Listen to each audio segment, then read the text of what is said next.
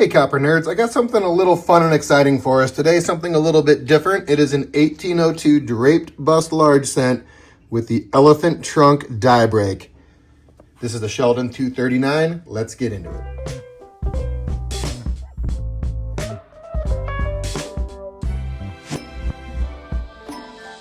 So I've been threatening to go steal coins from my oldest son's collection for a while, and I did. He's all set up in my parents' basement for when he's home from college, and they're just down the street from me, so I went and raided his coins, grabbed a couple, and this was one that I was excited to show off and learn more about myself. That elephant trunk die break is just so cool and so plain, and it's exactly what it looks like. It looks just like an elephant trunk coming off of Liberty's face.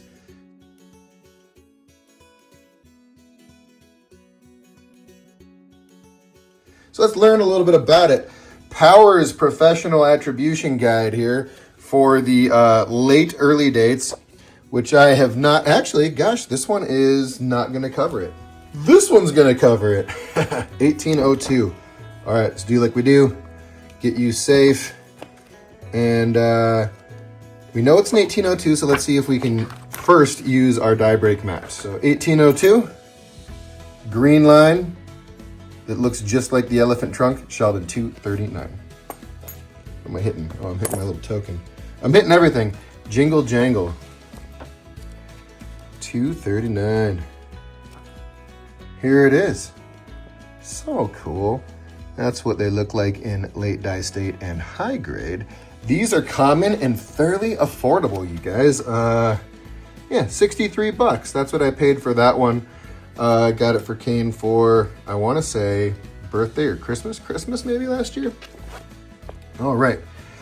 So 180 is widely spaced with the two closer. This marriage is usually instantly recognizable by the obverse cracks. Must be fairly early in the die state, huh? In fact, looking at the bottom, this updated professional edition of the Powers Guide does include die state information. So perfect is very rare. Die state 2, up to 4 cracks in the upper right quadrant.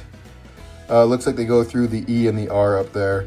And then the last die state has some clash marks on the reverse. So really the majority are going to have the elephant trunk. Guys, this is a cool, affordable example. Definitely check one out if you are into die breaks and into large cents and are trying to decide what to buy. There's so many options out there, but honestly, many of them, you're just getting another large cent that looks a lot like the other large cent. By these, there's only a couple different hairstyles. The heads are mostly the same. There's not nearly as much variation as in the earlier Liberty caps. So if you're going to buy just sort of a type set, I suggest getting something that has a unique diagnostic like this. Love it. I'm not going to get into the reverse diagnostic so much. I'm just going to kind of focus on the glory that is the elephant trunk break. And I'm going to jump into Breen's Encyclopedia next. And I don't have any more resources beyond this one. Again, I'm really loaded up on 1794 books, but doing the best I can for books on some of the later dates. Look at that little plate showing the emission of the 1793s. Here we are. There she is with the elephant trunk break, although I don't really see the lower break. Let's see what, we have some information that I usually skip on my deep dives out of this book that we'll go through since this is our only reference. All right. Cracks before brow. Elephant trunk is, I think, a better description. And then high numerator. Look at that, it sure is. Liberty is closed with BE apart and E leaning right. Barely. Usually identifiable by the cracks in die state 3. So you'll note that everyone who does die state emissions, there's not a standard. Breen has got different numbering than Powers. When we see Chuck Heck's stuff, he's got different numbering than Breen. So the die states are progressive, and some people break them out into bigger or smaller categories depending on what they consider a new state.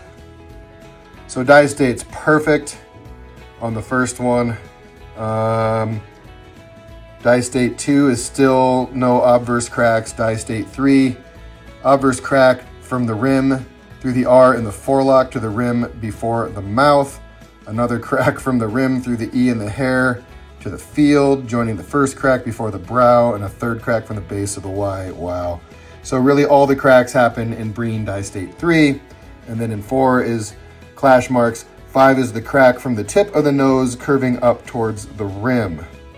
State 5. Okay, so when you get the lower elephant trunk there, that is die state 5, or the last die state.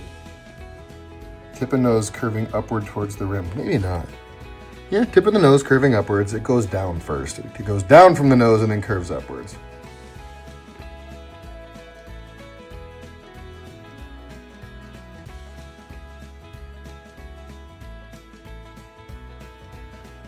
So I believe ours is going to be in that late die state. We definitely have the lower crack as well. So a cool, very affordable, very interesting coin. As far as condition census, none in mint state. That's crazy. Prosky Hines to Sheldon. If you want to learn about that controversy to NASCAR, certainly take a look at my S-55 video. Prosky Hines to Sheldon creates problem provenance. This was in the NASCAR collection because he had the finest coins out there in the large cents world. So a couple that were AU, a few that are AU 55s, or an AU 50. So we've got 4 uncirculated, and then we're into extra fines moving down from there. But a very cool variety, one that I wanted to show off for you guys now that I have been rating my son's stuff. So a fun example, really just for the die break, and yeah, scope one of these out. Affordable, very cool diagnostic die break example. Thanks for checking this one out. Feel free to hit me up in the comments, and I'll catch you on the next one. Peace.